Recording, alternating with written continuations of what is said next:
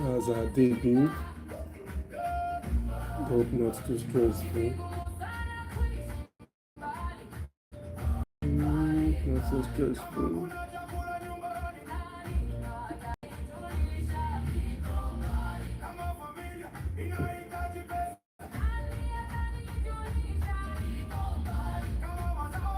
It's just a minute.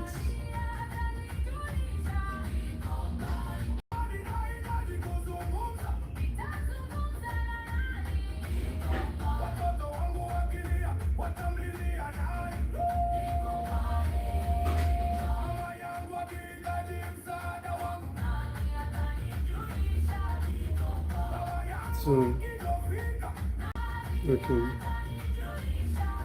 okay. So I started a conversation that we've been on now for a few days, where we are discussing, um, where we are essentially discussing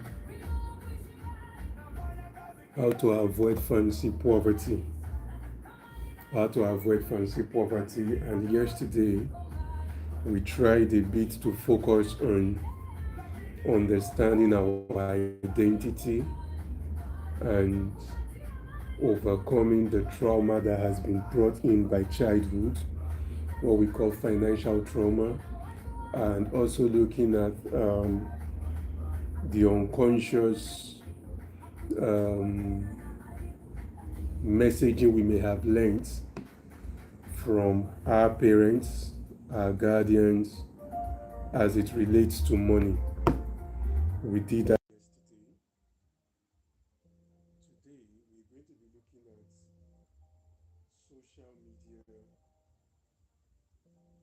and the comparison economy. Because you see, you know, when it comes to money habits, when it comes to money habit, especially that brings us to poverty, to a place of poverty over time, it's not just about what we build intentionally.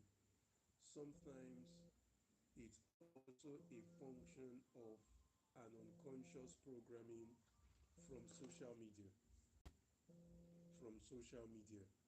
And one of the biggest issues with social media is, I don't know if you've noticed, pick up any of the social media platforms, whether it is TikTok, it is Twitter, it is Facebook, it is LinkedIn, it is Instagram. I think the only part that is somewhat a bit safe, I'm using a bit safe, is probably YouTube or is Snapchat.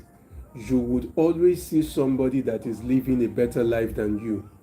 You are always going to see on social media somebody that seems to have it all gathered together, all put together. You're going to see somebody who um, who is living your dream life. And the problem with this is marketers understand this. In If you go to study financial literacies and all of that, I mean in proper schools, not the type that they just use curriculum to teach you how to do debit and credit and all of that and do trial balance and all. When they teach you, one of the things you will be taught is what we call the comparison economy. And the comparison economy is a strategy that proper marketers use for selling. The comparison economy is a strategy that marketers use for selling their stuff. And the problem with this is a lot of young persons who are trying to build generational wealth are trapped in the comparison economy. So they are not dreaming their own dreams as much as they are dreaming with in relationship to other people's presence. Like the only so let me look for a way to explain that. If there was a way we could live that nobody would ever see the material things that you have, a lot of people would have a better life. You get the point I'm trying to make. If we could live life in a way that nobody knows the car you drive, Nobody knows the phone you use. Nobody sees the clothes you wear. Like, basically, all your material things. Let's say there was a life where nobody sees your materialism because we are somehow blind to it, that we can't see it. A lot of persons will be able to build wealth faster, because you realize that the comparison economy has become a, what's the word now, has become a trap that tells you, nay, this thing that you are living is not the best life possible.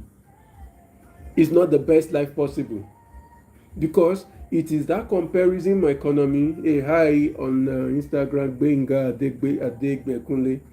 Is that comparison economy that makes. I was listening to Raymond K. Money. Some of us might know him. He's popular on social media. Great guy. I was listening to his conversation. I think that was 2 days ago or so. They were interviewing him in the space.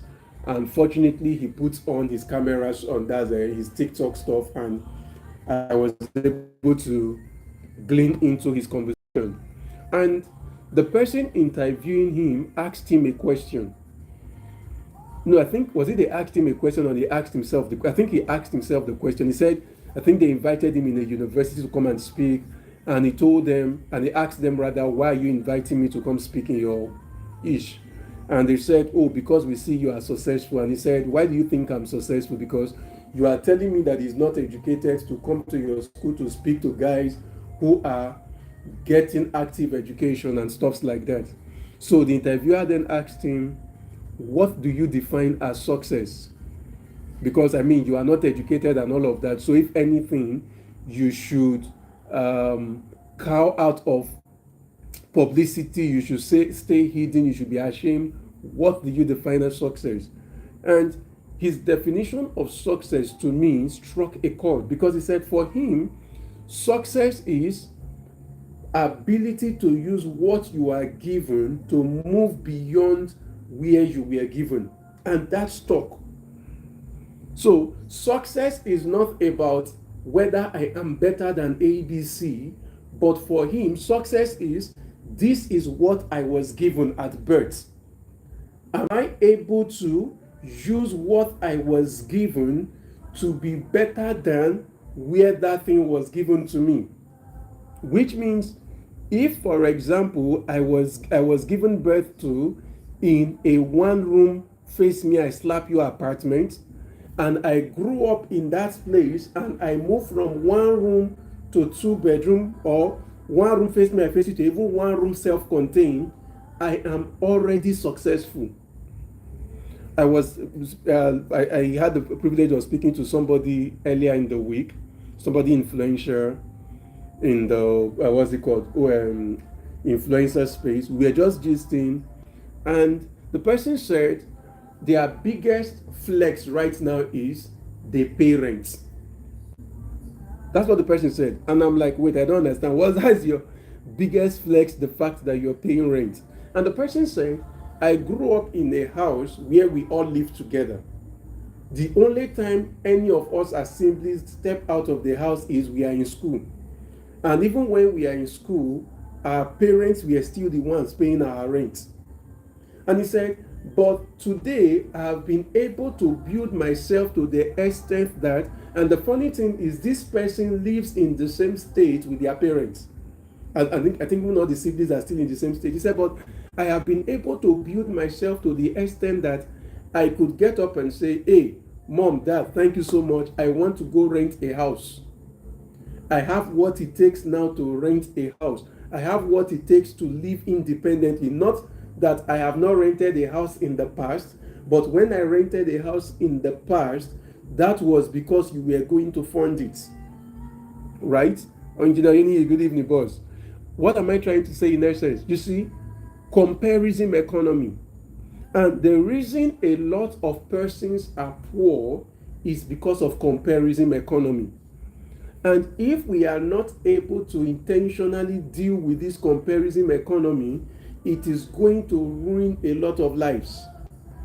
It is us getting to that point where I can genuinely celebrate another person's win without feeling inferior in where I am. I can genuinely feel happy for you succeeding without feeling like I am failing. Where I am able to live life without comparing mine and yours, or yours and mine, without doing my own versus your own. Where are we right now? And this is a very big issue, because what you are not seeing is comparison economy is a tool that breeds poverty. It's a tool that breeds poverty. I can give lots and lots and lots of examples of this comparison economy before we start diving into it and giving out how to fight it out. I can give lots and lots of these examples. E.g., you are going to a get together where your old classmates will be there. The comparison economy is what tells you to look at what everybody is wearing versus what you wore. So people come how they want to be addressed, not how they are. So you are coming into that function how you want people to perceive your success, how you want people to perceive you. Comparison. That is why, I remember maybe they stopped it now. Those days that you go to church and you have to drop offering without envelope, and you're looking at other people's hand, let them see what are they giving, what am I giving. The day your own is the biggest, you will hold the cash properly, let people see it. The day what you are giving is not so big, you squeeze it tight. That's the day you remember that your worship is between you and God alone. Comparison. You are running a business, you are not okay with the pace of your business just because you are comparing it with another person's pace. In short, it is so that this comparison economy is so bad that people even compete in the negative. How do I mean?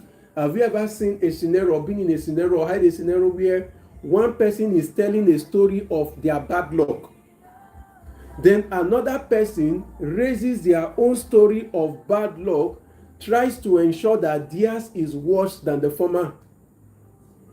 They try to ensure that theirs is worse than the former. Why are they trying to make theirs worse than the other person's own? Because it's about competition. It's about comparison. You cannot have a sadder story. You should not have a better life. And this is eating away our money. This is eating away our money. This is why you have people who go online, you finish scrolling through social media, you come back sad. What you forget most times is a lot of people are putting in highlights, not their life. It's just an highlight. Number two, what a lot of persons forget, it is social media, meaning it is a place to push or ignite or foster social interaction. Which means whatever I am trying to post online, the goal is to foster interaction. So you are seeing that young guy that is snap picture beside his car. Then the conversation now becomes around the car. But what you are forgetting is the goal of the space where you are is to trigger conversation. It's not about reality. I was talking with my wife earlier today, and she was telling me, one of my alumni, that's one of the schools I finished from, that they've started a new people culture. Then we were doing, I finished in 2012 from the school. So we were doing 2012 that I finished, years later that she finished from the same school versus now.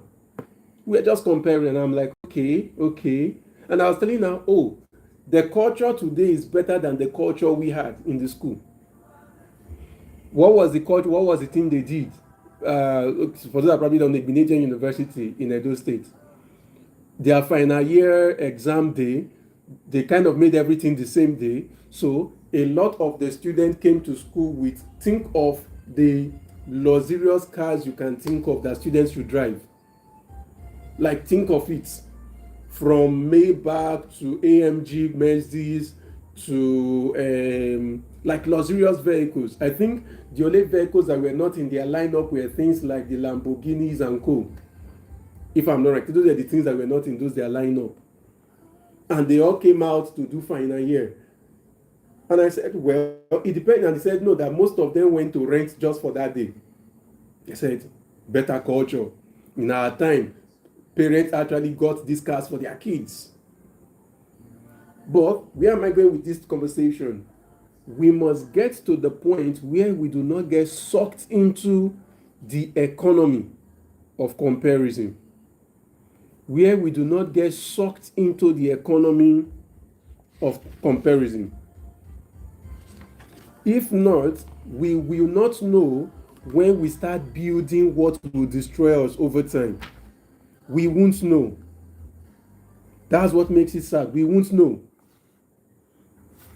Now, the first thing we need to understand in trying to avoid this fancy poverty based on social media inclination is you must understand how we have curated lifestyles that pushes fancy poverty. We must understand. We must understand. One, we must take time to understand what is the functionality of trends. I'm sure you hear, this is now what is trendy, this is the new trend, this is the new trend. What is the bedrock? What is the foundation of a trend that comes out? You need to sit and ask yourself, this trend that is trending, who started it? Who benefits? Who started it? Who benefits? Because you must understand how these things get curated, that it now looks like it's a normal culture. It now looks like it's a normal culture. Let me give an example. As a farmer, I'm sure you've heard of, is it an egg a day, or an apple a day keeps the doctor away? One of the two. I think it's an egg a day keeps the doctor away. That is not scientifically correct anywhere. There is no science behind it. It's just a sales strategy. In short, I think I've seen a recent one that has been trending online for some reasons. You would see people that tell you they are going to gym, trying to lose weight and stuff, and the person goes to gym and they are eating 7, 8, 9, 10 eggs per day. And you are wondering, what's the science behind that? How did we get there or get here? Because it's important we start to understand what is the source of a trend. Who truly is benefiting from this trend? Because if not, one of the easiest way to run into poverty is trends. What is trending now? What is now trending is there is a new glass that everybody is using. E.g., I think right now, if I'm not wrong, the new shoe that is trending in Nigeria right now, if I'm not wrong, seems to be Skechers. And it now feels like every young dude, every young lady needs to have a pair of Skechers. And of course, a lot of fake Skechers are now out there. That's like a trend. So, which means if I don't have a Skecher, it feels like I am not part of the crowd. Right? So, the question is, what is the source of a trend? Because one sure way to get into poverty is to follow trends. We must be careful of dopamine loops. See, don't get me wrong. Let me explain this. When you are watching something online, let me find a way to explain that so it makes sense. You are scrolling through social media right now and you see somebody in a beach, or you see somebody having vacation in one country, Vancouver or something somewhere. The response that your body gives to you from that, weirdly, it's actually the same response you would get when you are finally able to afford that thing. Same response. Now, this is where the problem lies. Because you have seen that thing through social media, from TV advert, from anywhere, as something you would like to get, the problem is you start feeling like you are missing out on something just because you have not gotten it. Because it's a slippery slope. That's why you have to be very intentional. Let me give you an example. It's like I am watching TV now and I see a phone advert that I like. And I'm like, wow, see that phone. The problem with that, and then you go, how I wish I can have that phone. The problem with that comparison mindset is automatically your current phone starts looking like it is no longer good enough. It starts feeling like there is something missing in your life just because you don't have that phone. Which means that little subconscious comparison that you did, oh, how I wish I owned that phone, how I wish I had that cloth, how I wish I have that car. Just that little comparison that you did frames your mind unconsciously to now there is something missing. It frames your mind to say there is something missing. You are missing out on something. You are missing out on something. And this is the biggest thing that advertisement companies push. We call it FOMO. The fear of missing out. FOMO. You know, you've heard about it before. FOMO. Because you start having that fear of missing out. You start feeling that there is something others are getting that you don't have access to. You start feeling like there is a life that those guys have access to that you do not have an access to. Before you know what is happening, you start feeling like your life is less while they have more of life. And FOMO can drive you to having unhealthy decisions. What's it called? Unhealthy buying decisions. You start having what is called performative spending, meaning you are spending to perform, you are spending to fit in, you are spending to be among, you are spending like you had missed out. I'll give you this example. Remember those days when we were in school? I don't know if it happened to you, but at least it happened to me. You know when our parents just send pocket money, or when you just resume school that year and money day hand, you know the way we spend loud spending. Now you go to the top restaurant, you order meat and all of that, right? As the semester continues, brokenness don dey enter, the kind of restaurant we go to starts changing until we finally end up no restaurant. You start cooking yourself, or even doing what's that thing called, we start doing meshai with no egg and anything, right? You get the point I'm trying to make. Now when comes again, what happens? Your mind makes it feel like other people have been getting, like you are missing out on life. So once money comes in, the first thing the first thing I do stupidly as a young chap is to go back to spending money in the big restaurants sharply. Because some crazier ones will even be eating on credit until money comes so that they will clear the bill. But the question is, when all I had could only afford bread and egg, or just bread, except only gari and this thing, was I falling sick? No. Did the quality of my health deteriorate? No. So the question then becomes, what really was I missing out of? If you look at it critically, at that point when I was broke and I could only afford gari, groundnut and maybe salt or sugar, the only difference between then and now is comparison. It's I used to say I get money, I for chop this like this guy, I for do this like this guy. And if I'm making any sense, I will go now. Be good evening. So comparison, it's a big issue. That FOMO, fear of missing out. That fear of missing out. Oh, group of friends are planning a trip. You know you don't have the money. There is nothing wrong in saying I can't go. I don't have the money. When I teach young persons, there is a class I usually teach, and I call the class Accept the Shame. Accept the shame. Because for you to build wealth, you must be willing to accept shame. Yes. You must be willing to accept shame at some point. Where people are like, oh, your mate don't do this one, your mate don't buy car, your mate don't buy this, your mate, Baba, I never buy, it's fine.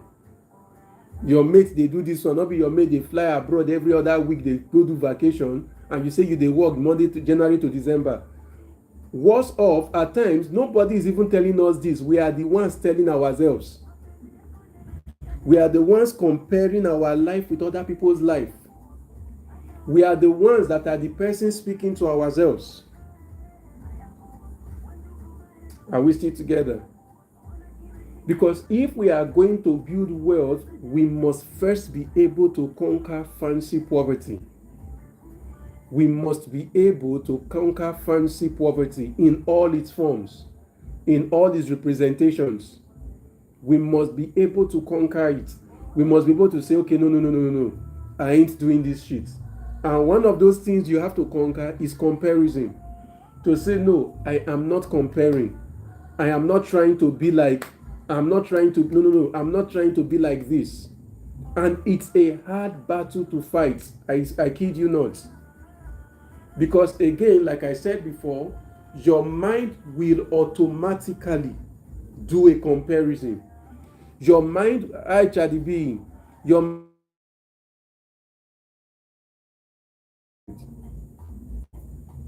okay, that's reconnected now, sorry. Now, when it comes to this fear of losing out, when it comes to the fear of losing out, we have 3 levels on fear of missing out, FOMO. We have 3 levels. The first one is what we call the impulsive spending. That's reactive spending. Reactive spending. What is reactive spending? You and your friends are out. When you were going out, you told yourself, I'm not spending anything, I'm not buying anything. FOMO, yes, fear of missing out. You told yourself, I'm not spending anything today. I go just go, come back. Then where all of una sit down, they gist. Person when they sell gala, they pass. You are 4 friends. First person buy gala, second person buy gala, third person buy gala. It can't be like saying na you poor pass. Reactive spending, you to go buy gala. But your plan was not to buy anything. But if everybody got gala, why not you? Think about some of the things you have bought. How many of them fall into reactive spending? One especially, yes, so people are buying cars. You didn't want to buy a car, but suddenly it feels as if everybody in your clique now has a car. So what do you two do? You go buy a car. See, what I'm trying to give you what I'm trying to do is I want you to see that it's not like what you are buying might be wrong. At times, it is just that it is not something you really budgeted for. It is not something that it was time to buy. It's just that you had to get it because others have gotten theirs. Permit me to explain this using scripture so that you get what I'm saying. When you study the story of creation, Adam, Eve, we were told that God told Adam that this particular tree, don't eat from it, Abi. And he said the tree is the tree of knowledge, of the knowledge of good and evil. It was a tree of knowledge of good and evil. Which means in the Garden of Eden, there was something that carried the capacity of good and also carried the capacity of evil. Right in the Garden of Eden, right in the space that God created himself. Because if you say that, oh, God is the Almighty, nothing can go wrong, in the space that he created, there was good and evil, not good and bad. There's a clear distinction there. Why did I say not good or bad? Because if you study from Genesis chapter 1, after every creation each day, God would say, God looked at it and it was very good. So Or it was good, it was good, it was good. Then God created man, it was very good. So in all the good, very good that God created, there was still a tree of knowledge of good and evil. Somebody will say maybe that is a typographical error. Let's run to Jeremiah. In the book of Jeremiah, somewhere I'm not too good at quoting, it says, "The thoughts I have towards you are the thoughts of good and not of evil." So God has the capacity of good and evil thoughts, just that the thoughts towards you are good thoughts, not evil thoughts, to bring you to to bring you to an expected end. Thank you, Charity. I'm going somewhere. So there is the thought of good and not of evil. Where I'm getting at is, in whatever decision you make, it has the capacity to either be good or be evil. It is not necessarily bad. What makes a decision good or a decision evil when it comes to financial decision making? Whatever decision that you make that at retirement still looks like a good decision was a good decision. But whatever decisions you made that at retirement is not good was an evil decision. Because it is not that that decision in itself was bad, but it was not good for where you are trying to get to. I think that I'm trying to explain. So, reactive spending at times is not because you spent on what is bad. It's just that you spent on a thing that does not help you to where you were going. I'll give an example. I'm a farmer. I remember, I'm going to use a particular example. Sometimes 2020, thank God that General Yeni is here, great guy. Sometimes 2020, when I wanted to restart my farm, I went to rent land and greenhouses. And I remember somebody reaching out to me and saying, Now, this was the funny part. I think 2019, I had already been featured on CNN. And the person goes, how can somebody that was covered by CNN be farming on a rented property? Is that not shameful? This is the point. That person was not trying to shame me, was not trying to advise me wrong in their mind. They were trying to help and make me see that, Baba, you cannot be somebody that has been on major international platforms. And when they say they are coming to your farm, it's a rented property. Right? But I had to ask myself, because I could have gone reactive spending and used the whole money I had, go and buy land that would be probably small and probably build 1 or 2 greenhouses and say I'm starting there. And I will now say, now I am the owner of this place, I have peace of mind. Versus using the same money to rent 15 greenhouses, office space, and a lot of land around that I could expand to, though it was rented. If I'm making any sense. So I had to ensure that it was not a reactive spending. Don't get me wrong, because you see, buying land was not a bad, in quotes, is not a bad thing. I mean, as a farmer, you went to buy land. Nobody will say you did not think right. Right? But the problem is, for what I am trying to build, see, this is the key thing. For where I am going, is the best decision? I am sure that very soon maybe a new Samsung phone will come out, or a new iPhone will come out, or a new brand of phone will come out. And there is somebody probably thinking, once this thing comes out, I am buying it. The question is, why? Why? What is the essence of the purchase? Is it really a need, or is it a reactive spending? Is it because all your friends would also change phone, so you are reacting to that spending? Thank you, Zaxxon's farm. Another example at times, you can press heart me please. Another example at times is group of friends went to eat. You know in your mind of mind, You no want buy food with meat. But everybody seems to have brocotol, this, that in their food. So what happens? You too brocotoled your food. Reactive spending. How many times have you done reactive spending? That reactive spending is a sign of FOMO, fear of missing out. They are impulse buying. You didn't plan it. You just responded to others' enjoyment. It feels like you are enjoying this thing. Let me also buy. It feels like you are having a better life. Let me also get it. Reactive. The number 2 is preemptive spending. Preemptive spending. E.g., preemptive spending is you are buying things ahead of time because you know that this feels like something that might be sold out. E.g., they say there is a comedy show or a music show, and you know that normally, not be say you get money for this thing, but you know say ticket go sell out and e be like say all your friends go attend. So what do? You start thinking of how to raise money to buy preemptive, not preemptive, preemptive, like to preempt. Preemptive,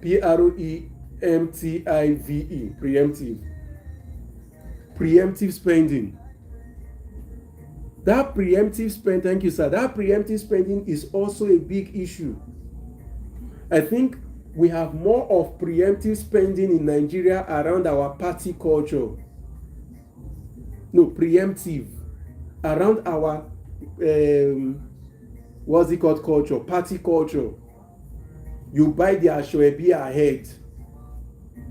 Everybody go buy and make me too pay ahead. Everybody go do, make me too do my own ahead. Preemptive spending.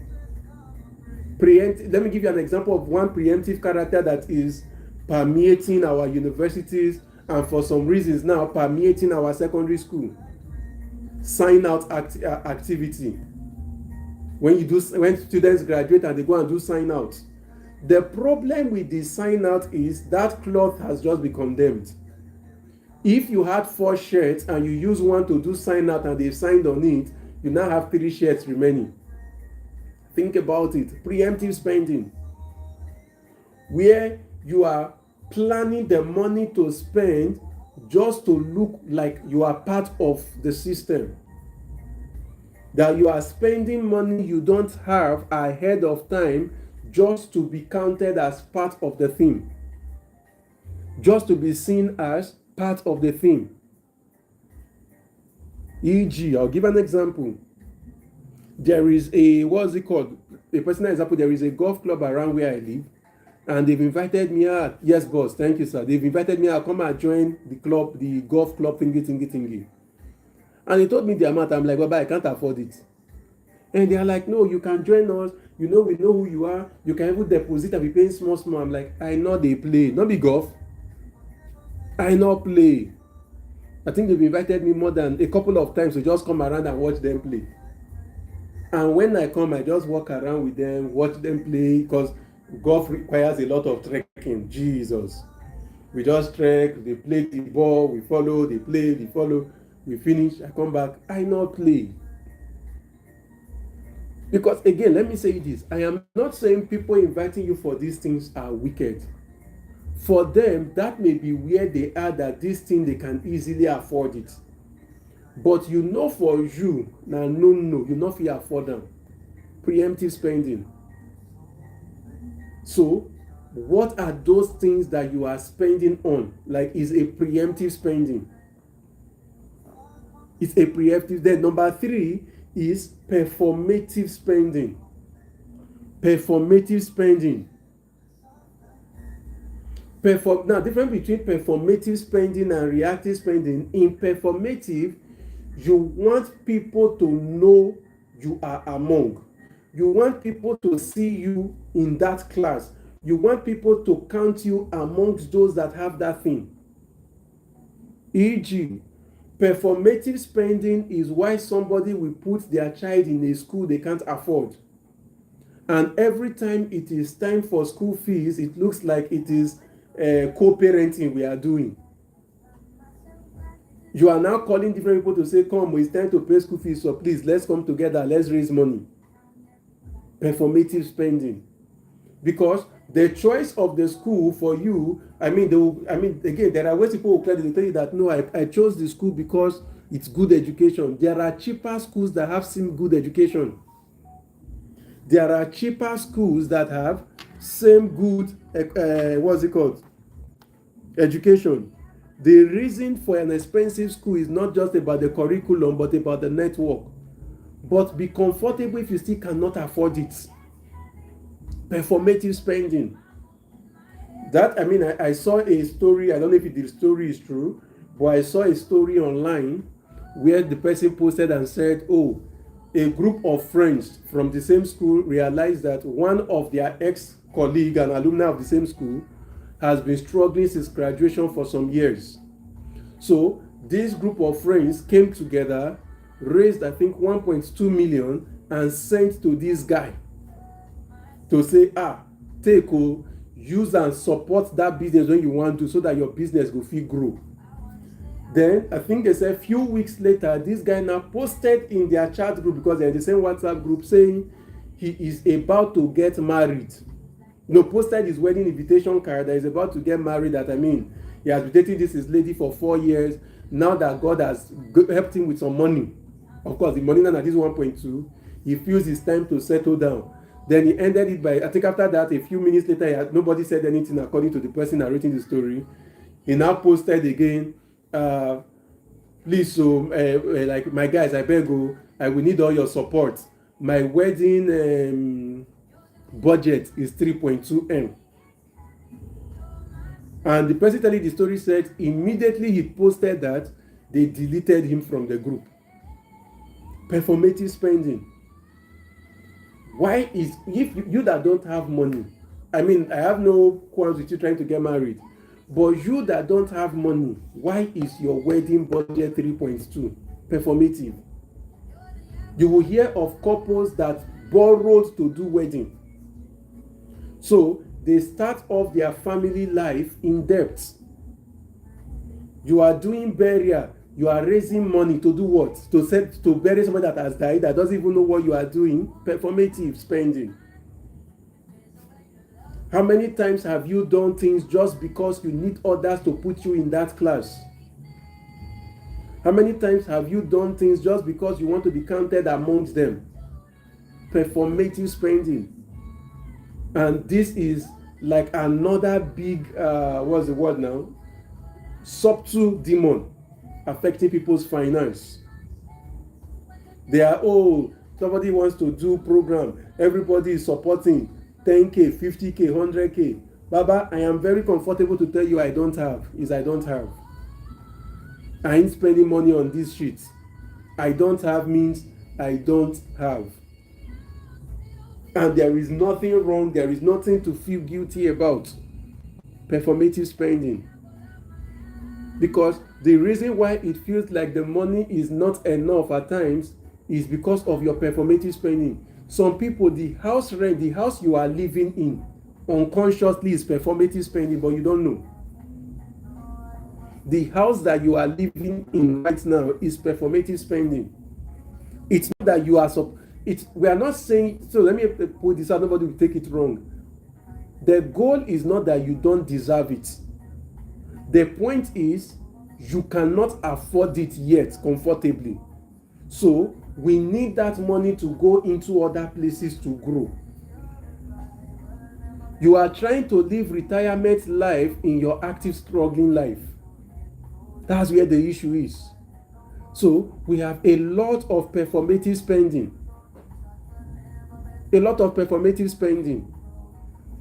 Because now your friend don't rent house, you too won't go rent. You know that and that is why you see, when at times people say, people that go abroad, they make it easily more than they make it in Nigeria. One of the reasons they are able to make it easily abroad is they are not too pushed into performative spending. You will see a grown-ass man still living with his parents abroad. Some are even living in the garage. Like they will move out of the main house and start living in the garage. And they are still, you even see them speaking about it openly, publicly, confidently, with no shame. Because they are not clouded. I was watching a documentary about the US recently, and they said that, the number of children who are leaving their homes at 18, because normally most children in those days in developed nations, European nations, used to leave their homes at 18. And they were saying they realized that that number has dropped drastically. They were even saying that a lot of Gen Zs will not own a house at the time their parents got their houses. You see, you must be able to overcome that performative spending. That thing of they are doing it, so I must do the same thing. They are living the life, so me too, I must live that life. You know what you are trying to build. You know the life you are trying to build. You know the future you are trying to build. Performative. So you need to and ask yourself the honest question. In FOMO, of the three is affecting me? Am I suffering from reactive spending? Let me give you another example of reactive spending. I don't know if you've ever attended all those weddings or parties where people are spraying money. You did not plan to spray. Oh. Somehow the thing just enter your body. You too, you can't find money to withdraw so that you too feel spray. Not be say you plan, say you want spray. But as everybody they spray, you too, you're like, and let me remain, you begin spray. Or another one I've seen at parties is, as you are entering, there are these guys that will play drum for you. Oh. When you were coming, you don't plan, say you go share money like that too. But as they play that thing, the thing enter your head, the thing shake you. Next thing, reactive. Preemptive in that case are people that planned ahead that we they go spray now shut down. Now shut down. Now shut down we they go to. Performative is the only reason you are spraying this spray now just because they make people know say it dey. So when others started, they spray 100 naira, you're like, no, a home me 100 naira. About one they give me 200 naira there, 500 5 yeah, or 1K note. In short, now so people are taking to the next level where they even spray dollars. Engineering, God bless you. They don't they spray dirty money, they will change money to buy mint. You can't use the mint now to the spray. Performative. All of these things are sapping money off you. Another character around this whole performative, I don't know many of us remember those days when they resume school, when they resume new session, they resume new semester. You not feel resume with old clothes. You know now, performative. You know, this one happened to me too. So I'm not trying to say, that's what I'm saying. These are things that we are kind of conditioning that made us broke, but we didn't know. Don't be saying the former clothes don't spoil. They're not bad, nothing. But you need to show, say you too, you go holiday now, they come back. You need to show, say you too, you go holiday now, say you too, you guide. But these are some of the issues. What do we need to do? Remember, we're talking about how social media has fueled our comparison economy. How social media fuels comparison economy. Because just imagine you can try and recalibrate your brain where you think or see that nobody sees what you wear, nobody sees what you buy, nobody sees what you do. Would you still spend money on things that you are spending money on? How different would your life have been, or would your life be? This is what I'm trying to explain. How different would your life be? So the first thing you need to do is you need to start auditing your social media pages. What are the kind of content that comes to you? You need to start auditing. There are some people you probably need to block their feed on your WhatsApp status. Because you know that anytime you see their status, they carry you go where you don't know. If they take you go where you not like, you probably need to block their status. It's not, see, this is not because you hate them. No. It's not that. You just know that their lifestyle brings a thing to you that makes you start entering into reactive or preemptive or performative spending. And you don't want to do that. You don't want to do that. You want to be able to audit your social media to say, okay, what comes to my feed? What enters my feed? What am I seeing on my feed? Because if you are not intentional about that, your mind will keep grabbing all of these things when it sees it. Your mind will keep grabbing all of these things when it sees it. And for you to do this audit, the first thing you need to do is audit of your emotions before audit of your eyes. Audit of your emotions. What do I mean by audit of your emotions? You pick up your phone now. You dey browse, you dey check maybe Instagram, you dey check. Try start figuring out what are those things that makes you feel inadequate. What are those things that makes you feel you are not doing enough? So that you are not just doing blind blocking or blind removal. You start figuring it out. Okay, anytime I see fine car, this thing they trigger me, say baba, see as they trek up and down. So you start figuring it out. And audit, does this thing make me feel inadequate? Does it make me feel anxious? Does it make me feel bad? Does it make me feel like I am not working enough? Does it make me feel I am behind? At times, this feeling can come from seeing your classmates doing better. Remember, I gave an example, I think that was yesterday, where I spoke about the fact that after my certifications from Harvard Business School, they created a WhatsApp group for those of us that came from Nigeria. And any small thing, make we travel to this, we'll go vacation, let's meet in this place, let's do this, let's hang out, let's dinner out, let's eat out, let's this out. And I not get the money. Right? For me, what I did was I silenced the group. Notification not the show. Let me check. I think they've deleted me. I'm sure they would have deleted me from the group. Let me check if the group even still there. I think they've deleted me. I know they the group again. They don't come out me. And then maybe they don't come out me. I think they have here. And I know they the group again. They deleted me because I think they deleted me years ago, which is fine. No hard feelings, because I had to audit and realize that if I stay with these people, they are not bad. They are not bad people, don't get me wrong, but I cannot build wealth with this lifestyle they are trying to show me. I cannot. Remember that yesterday I taught us something, that all this fake it till you make it, rich people know who is poor. When you try to come around them and before me we are part of you, they know you are poor. They are just accommodating stupidity with you. When you leave, they go use you the cash trips. You see that poor guy, see as the guy they even talk, you don't know, like free am job with when they try form for saying a part of us. They know.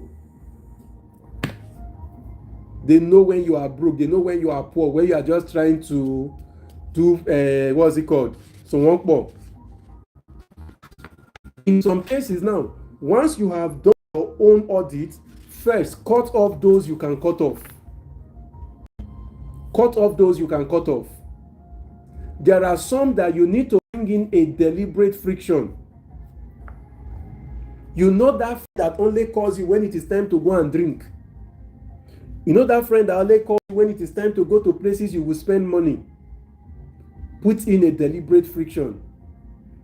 For your own mental health, put in a deliberate friction, put in a space. It's not that you are being wicked or anything. No. You know what you are trying to build. I cannot maintain this thing. No. Put in a friction. Number 3, create a counter feed. Create a counter feed. What is a counter feed? When you delete a feed, start curating new feeds on your social media.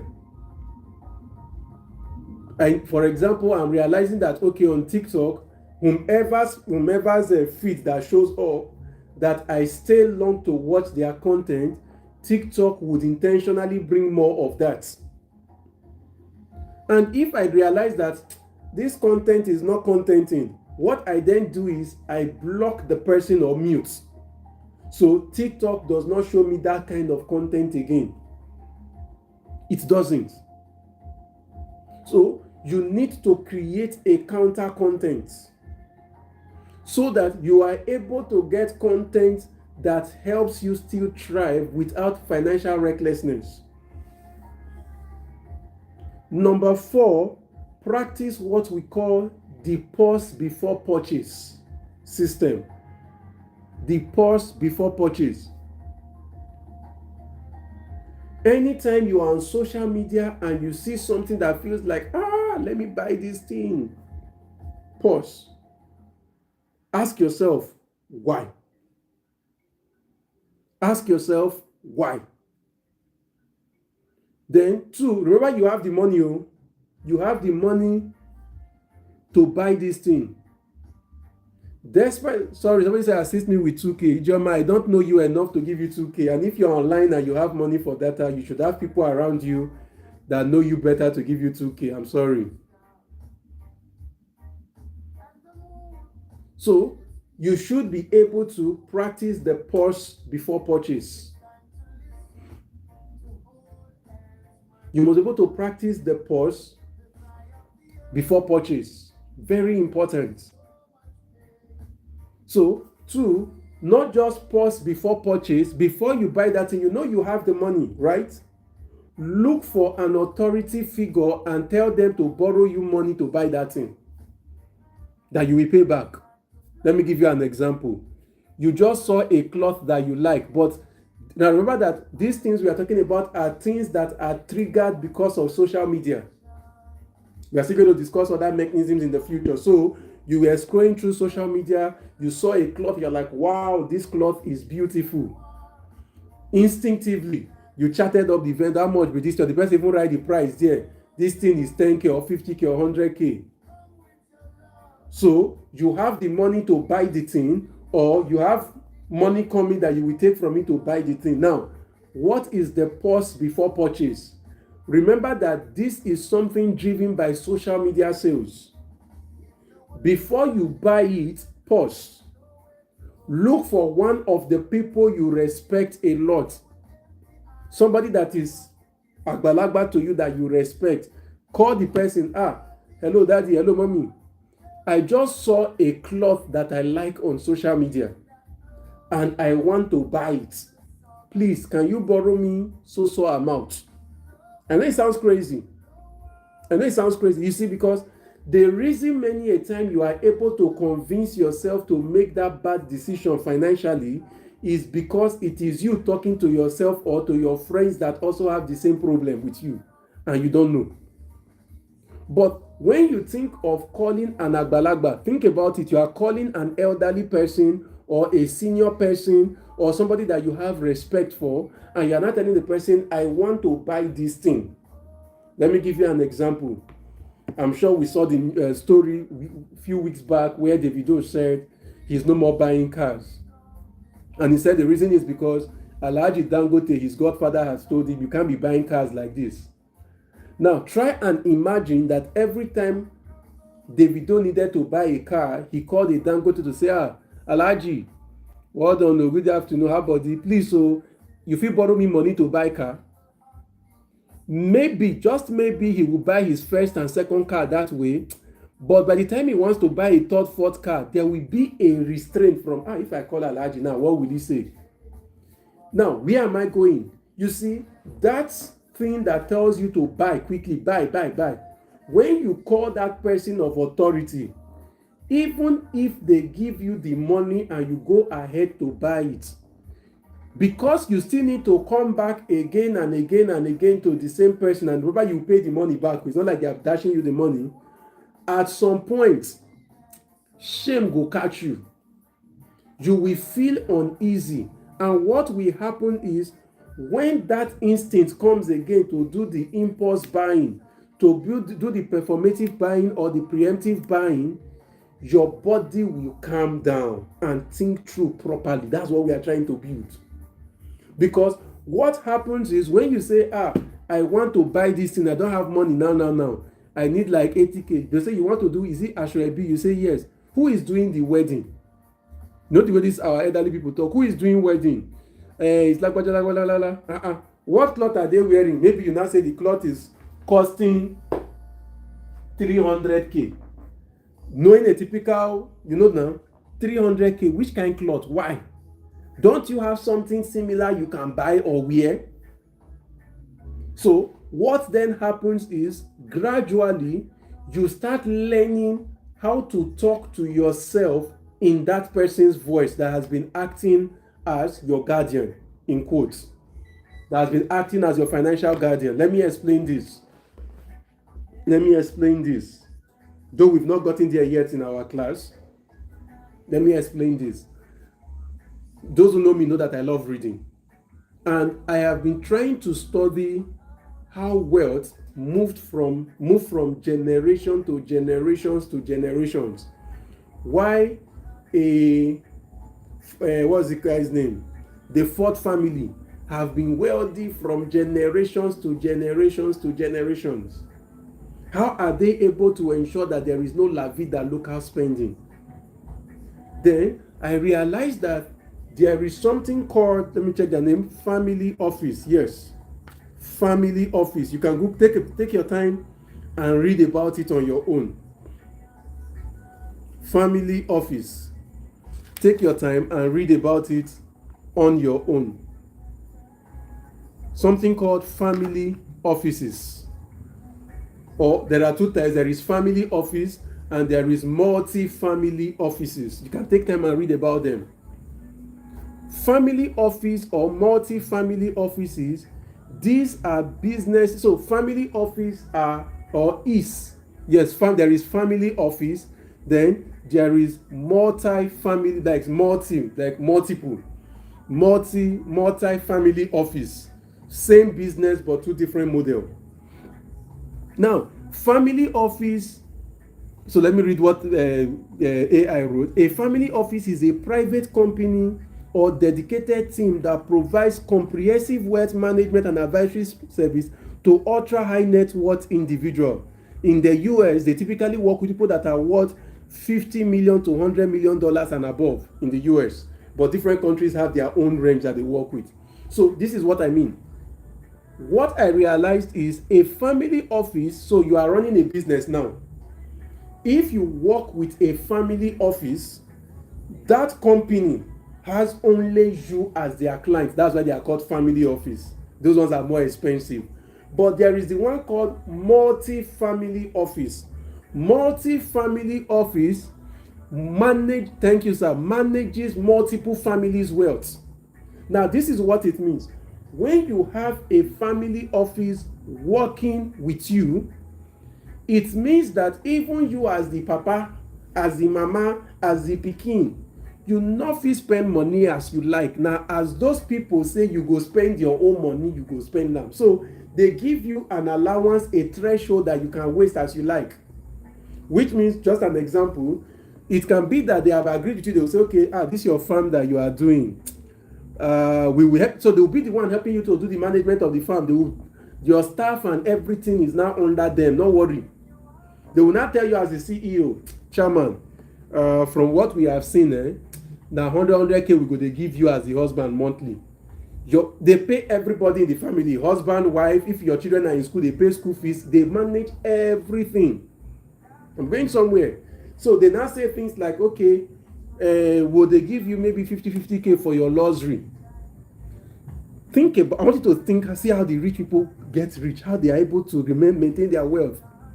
Which means, if that rich man see car when he like, that car not the budget originally. That rich man now has to go and meet his family office management team to say, there is this car that I like. The family office will now sit down and say, okay, since you say you like this car, from our calculations, you cannot afford this car for another maybe 6 months or 2 months or 3 months. However, although you can afford this car, buying this car will put a dent on our wealth management for you. So we are advising you not, we're not advising you, we are declining your request to get the car. Think about that. Your money, oh. So you now realize when you are seeing them doing La Vida local spending, it is from what they are given as threshold to use as they like that they are using anyhow. For those that does anyhow spending. But there is the one that is being managed to ensure that by next year they are still better than they were last year. That is the same thing we are trying to use that uncle or auntie or whatever to do. Because we never get the money to say they do family office spending. But you can put somebody in place that also acts as that for you. I have some of my young chaps that will come here from my son. We don't make a small smile, I won't buy car. And I'll be like, come meet me. Why you they buy car? They'll say for movement. I'll say, no, I don't know say that for movement. I say that for flying. And I'll say, explain to me why you need a car. By the time we are done talking, we do back and forth, they're like, okay, I don't need a car anymore. I understand now. It's not from a place of wickedness. No. It's because many a time you need that somebody external to help you put some things in perspective. I hope somebody understood what I'm trying to explain. That family office or multi-family office, they exist in Nigeria. The reason a lot of people don't know they exist is because you don't get the money. People that are in the middle class-ish or a bit of the upper class use what is just called wealth managers or fund manager. But when you don't get better money, you now use family office. And these guys can tell you no. These guys can tell you no to your own money. You'll say, no, you can't get that. And the problem many a time as a young chap when you start making money is there is nobody to tell you no. So you work hard to afford everything your body desires, your mind desires, your eye sees. So we now need to be intentional. My guy saying as wealthy people information. We now need to be intentional to create that system that got the rich wealthy. We now need to be intentional to create that system that got the rich wealthy. I'll give you an example. Somebody may be thinking, how did you first hear about this thing? There is a comedy that reigned years ago. It's still on, I think, Prime, called 2.5 Men.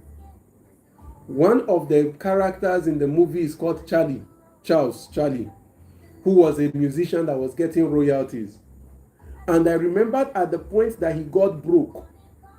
That was when his family wanting wealth manager now came up and was telling him, because you are always stringing us and you went ahead to start buying things on credit, this is what is choking you out. I'm like, oh, okay. So, and of course, for somebody like me, when I hear some terminologies I've not heard before, I start reading about it to know, oh, so people like this actually exist. And they don't do adverts. Remember I said that like a family office works with only one family. So just imagine a company that is set up to just work with one family. Multi-family offices don't work with even up to 50, maybe 10, 20 clients, and they are done for life. Those are the people they will manage until, and the family office also does generational transfer, blah, blah, blah. Let me not get distracted. Next is after you've been able to put in that pause, we said put in pause before purchase, right? Then after pause before purchase, put in an auditor who we say could be like a parent or an uncle, somebody that you have real respect for. So that before you make that financial decision, call them to borrow you the money. Now, don't do a cheat code where when you wanted to buy this phone, you called your uncle today to borrow you and you paid back. Now you wanted to buy TV, you called auntie. No, because it will defeat the purpose. Have that one person that you are using so that what happens is because Maybe the first time you call them that you want to buy something, they just sent the money without asking. 4 or 5 days later, you paid. But by the time you call second, third, fourth, fifth, sixth, seventh time, they would also know, especially if they are wealthy people, they will know that you are putting them as a check and balance. Oga Chooks, good evening, sir. They will know that you are putting them as a check and balance, and they will do that for you. They will question what you want to do. And before you know what is happening, unconsciously, your mind will start calibrating. Before you know what is happening, you will start hearing their voice in your buying decisions, even when they are not here. And gradually, it will start helping you to make better financial decisions. Then, last but not least, in trying to fight social media comparison factor is then create what we call reconnect with your actual reference class. Reconnect. What do I mean by reconnect with your actual reference class? See, whether we like it or not, if we sit down and judge ourselves properly, we know where we are in class. We know our class. We know where we actually belong to. Forget all the trying to form like, you know where you belong to. There is this thing we always say that don't forget your root. Don't forget where you come from. I better speak that English. Don't forget your roots. In not forgetting your root is knowing where I come from. Now, Gary with a drink. Oh. All these ones, they put the just former. We cannot eat it. We cannot live without shawarma. We have to shawarma. It's not fine. But that's not you. The problem many a time is, thank you, my Oga. Know the child of who you are. You know who you really are. If you can reconnect to that person, if you can reconnect to who you really are, some of those things that are tempting you will just look like what is not needed. It's a big antidote. Let me give you an example so it will make more sense. If there is anybody here that maybe your parents were not educated and now you are a graduate, as long as you are able to remember how you started, there is a fulfillment you will get even if you graduated from Parakou University, that you will not feel bad when you see those that graduated from Harvard. Because if you remember where you started, maybe you even have to hustle to pay part of your school fees. When the Harvard person is forming, I went to Harvard and all, you will see that the way your mind would relate it, it will not be comparison or feeling bad for how your life is. It will be, I'm grateful that the fact that you were able to attend Harvard, but I am happy that I am a graduate because I did this. I worked for this. I don't know what I'm trying to explain. Because you see, the ability to reconnect with your real reference point is a big game changer. It's a big game changer. Like I said, Raymond said, that I quoted earlier, that success is what you are able to do with what you were given from where you were given. It changes how you now process a lot of things. Oh, you are complaining that where you are right now is one room, just one room, just one room. See me, one room. If you can reconnect with your roots and you remember that while growing up, shelter was not guaranteed. Where to live was not guaranteed. It changes how you see things. I always give this example. I remember when I was doing my NYSC. I did my NYSC, part of my NYSC in Ibadan after redeployment. In my NYSC days, the house I was living in, I did not have proper curtain. I used wrapper. I don't know if you know, if you grew up those days, you know when you are going to school or anywhere, like NYSC, university, your parents always have that, your mothers especially, have that extra wrapper they will give you as cover cloths. They would always give you at least two, so that in case you wash one, another one will do. It was one of those ones I used for my window blinds. There was no door. There was no door when the room I was living. It was after I entered that they started fixing the door. But this is the annoying part. I remember some of my neighbors were like, you sure say this guy really good in also? In all sincerity, I never felt bad. And maybe the reason I never felt bad was I knew when myself and my parents lived in Face Me, I Slap You. I knew when we were able to move from Face Me, I Slap You to what we thought was a better house, room and parlor. Rain go dey fall, water go dey come out from the ground into the house, because it was a, what's it called, soggy area, and you see what they call that thing, foundation thinking was not properly done. Water go dey come from ground enter the house. Now I don't enter house when be say I fit just close my door now, curtain on day. How will I be ashamed? Because I was connected to my roots. I remember when I was there, when the next batch of coppers came, my house coppers in my house. Others would have been ashamed to say, if you bring copper come this house, I'll bring people come this my house. Nothing there. I didn't care. Not because those things don't matter, don't get me wrong, but as long as I was connected to my roots, I understood that it's just a matter of time. When I was doing youth service, we were earning, is it 18? How much was government paying? It's not 18 to how much government be they pay. IITA 2 was paying us some money as core members. I think if you get what I'm trying to explain, if you can reconnect to your roots, growing up, I didn't grow up in a house where we had a car. Momsi not get, Pima not get, I not get car.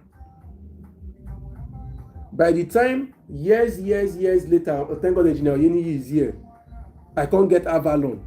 When we say I even dash, they dash me. Why won't I feel fulfilled in the Avalon? Was the Avalon the best car? I think it was, I can't remember the model of the car. I still have the Avalon till date. Was the Avalon the best car in the world? No. But anybody that knows me back then, if you see me driving that Avalon, you go think, say that Avalon and I be the best car. Hey, Pastor Amos, good evening, sir. The Avalon, yes. You think that Avalon are the best car for this world. The car not they get scratch. AC they work. I was always cleaning the car, ensuring that I maintained it well. I dare say that I maintained that Avalon better than the current cars that I have. I would dare say that. I know they let the car dirty. The car they follow me, enter bush, come back. I go wash and clean them and everything, because I connected to my roots. The reason many a time social media is an issue to us is it disconnects you from your roots and connects you to possibilities that you can't afford. And it starts making you feel bad, then it starts directing your spending habits. It starts directing our spending habits, which is very, very terrible for us. I don't know if I'm making any sense. It starts directing, because once you are disconnected from the roots, social media is showing you, why you not buy this one? Why you not get this one? Why you not get mansion? Why you not get Sean Man? But from where I come from to where I am, I have tried. I'll give an example. If you have any question, you can ask. We're already almost done. Not already almost done. We're actually done. Our next conversation, maybe tomorrow or next tomorrow, is the neuroscience of spending. You can see that I am taking spending from different angles. Our next conversation will be the neuroscience of spending, so that you can start seeing that there is a science to your spending. Then you can start thinking around how to stop that science of spending. Like, it's a whole long conversation. Unfortunately, the only part you can probably get is the yesterday's own and the today's own. Because yesterday's own, I left it on YouTube. Today's own is on YouTube. For those just joining us, I started with the illusion of affluence, what fancy poverty really means. The second episode, we discussed the psychology of status. Why do we spend to be seen? The psychology of status. The third one, I looked at identity and net worth. That was the one that a lot of people gave me feedback that they really loved that one, where we looked at who are you without labels.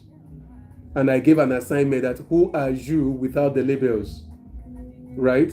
And for the people that are just joining us, let me tell us the assignment we did. The assignment we did for that was, number one, take a plain sheet of paper. We said take a plain sheet of paper. On the sheet of paper, write out every adjective that people will use to describe you. That was what we said. We say write down every adjective that people will use to describe you. So think about anything they will use to describe you. Oh, you are tall. No, not you are tall.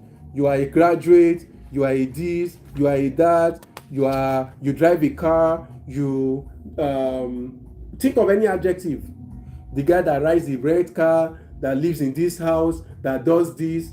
We said think of as many adjectives as people will use to describe you. Then I said, after you have written all of those adjectives, I said, imagine you cannot be richer than you are right now. Imagine you cannot make more money than you are making right now. Which of those adjectives will remain? Which of them will go? So I said, strike out everything that you cannot maintain without more money. Strike out everything. I said, after you struck that out, struck out everything you cannot achieve without money. That is stripped down identity. I said, by the time you have done that, what you are going to have will be less adjective. For most people, more than 90% of the adjectives will go. Because to pass up a car, without money, you can't maintain the car, so car will go. House, without money, you can't maintain the house will go. I said, by the time you have done a strip down to what is remaining, I said the next test, number 2, was obituary test. And I said, in obituary test, I have realized that I have never seen an epitaph, that's this thing they write on burial ground for people that have died. I have never seen an epitaph where they wrote he was rich or he had 50 houses. I said, it has never happened.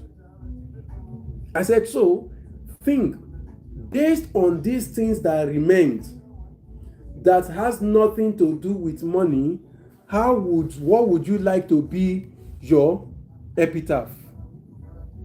Think of 3-4 things. What would you like people to write in your epitaph? This is your stripped down identity. Because now we are going to obituary test to show us who you really are outside the noise of money. Who you really are outside the noise of materialism. I said then, number 3 was do what we call purchase interrogation. That before you buy anything, you do a purchase interrogation. 1, we said, ask yourself, am I buying this thing because I need it or because I want it? Or because of what it will say about me? Why am I really buying this thing? Number 2, we said, ask yourself, this thing that I want to buy, if I know that nobody will ever see it, nobody will ever notice it, will I still buy it? That phone you want to buy, if nobody will ever know you bought a new phone, or you bought a better phone, or you bought an iPhone 80, a Techno 67, if nobody will ever know, would you still buy it? So that's number 2. Number 3, we said, answer, what is this purchase really trying to achieve in my life? This thing that I want to buy, what will it really achieve in my life? That was the assignment on that part. I said, if you can answer those 3 questions, you would see that you would treat life differently. Then, yesterday we looked at the childhood blueprints, where I said that our relationship with money was shaped by our parents and guardians unknowingly. And there we talked. So if you did not see yesterday, if you were not around yesterday, you can go on my YouTube page. It is there. That one, I think I recorded most of it. We looked at what mindset did we create from how we were raised. We looked at the mindset of the poor and the mindset of the rich. And I got some people that were really like, oh yes, this relates a lot to them. We looked at one of the major difference in mindset. The rich child grows up with the ability to negotiate. The poor child grows up either angry or appreciative of what they are given. That's the difference. So the poor man is given an offer and it's like, well, the rich child gets an offer. The first thing they think of is, Baba, this is not good enough. Can we negotiate? Can we negotiate? Remember the story of the prodigal son. Before the child became prodigal, he had the capacity to negotiate with his parents. When poverty hit him and mentally he became poor, he did not come back home to negotiate. He came back home to beg. And that is the issue with poverty. It takes away your ability to negotiate for what you deserve, and you accept what life offers. Yesterday we explained that clearly, and I said, one thing I have realized is whatever you are offered is not the best possible outcome. There is still a room for negotiation, but if you don't learn how to rechange and re-strategize and calibrate your mindset, you will not know when poverty mentality is what is making you make some decisions. And today we then looked at social media and comparison economy. Social media and comparison economy. So tomorrow we are looking at the neuroscience, maybe tomorrow, or see if I can come up tomorrow afternoon, tomorrow evening, the neuroscience of spending. That's what we'll be looking at tomorrow, the neuroscience of spending. I don't know if there's any question. If not, can go off now.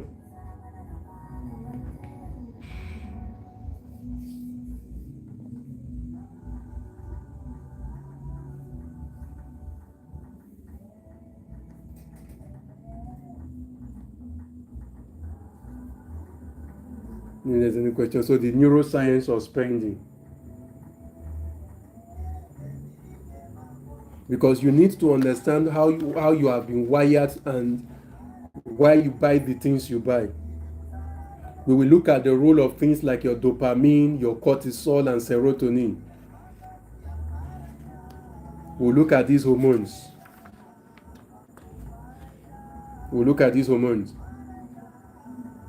And somebody is thinking out for my son, why you think concern you with all of these things? If we have the time during the next class, I will then explain to you why people eat the way they eat. Why people eat the way they eat. How what you eat affects your purchasing, your how do you speak the English now? How what you eat affects your purchasing decision making. How what you eat affects your purchasing decision making. I'm waiting to get if there's any questions, so you can just type it. If not, we would end.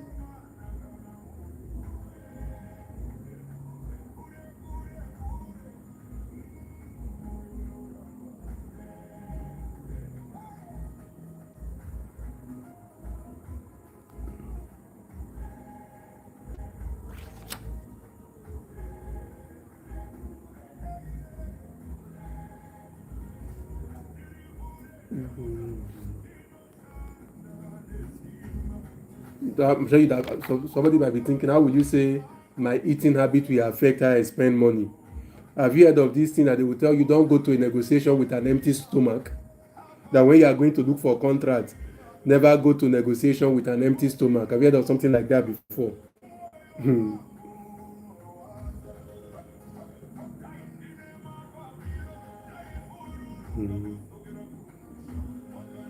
If you have heard of that, we say don't go to a negotiation. If you are going for negotiation, you should never go there when you are hungry, because if you reach there with hunger, you're not going to know when you go there accept things when you don't want to accept.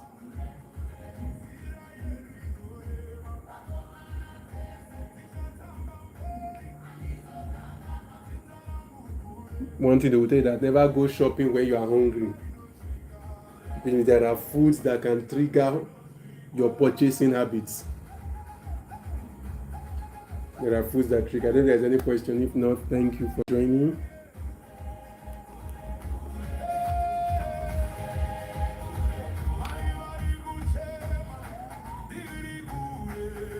Joria, Osimhen, or Lookman.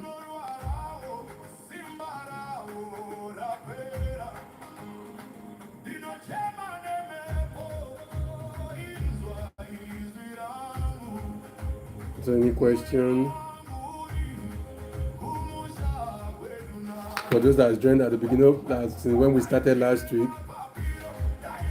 I've always said that we are going to take our time. So tomorrow, if I'll be coming up tomorrow, it will be 7 p.m., 7:30 ish. It will be 7:30 p.m.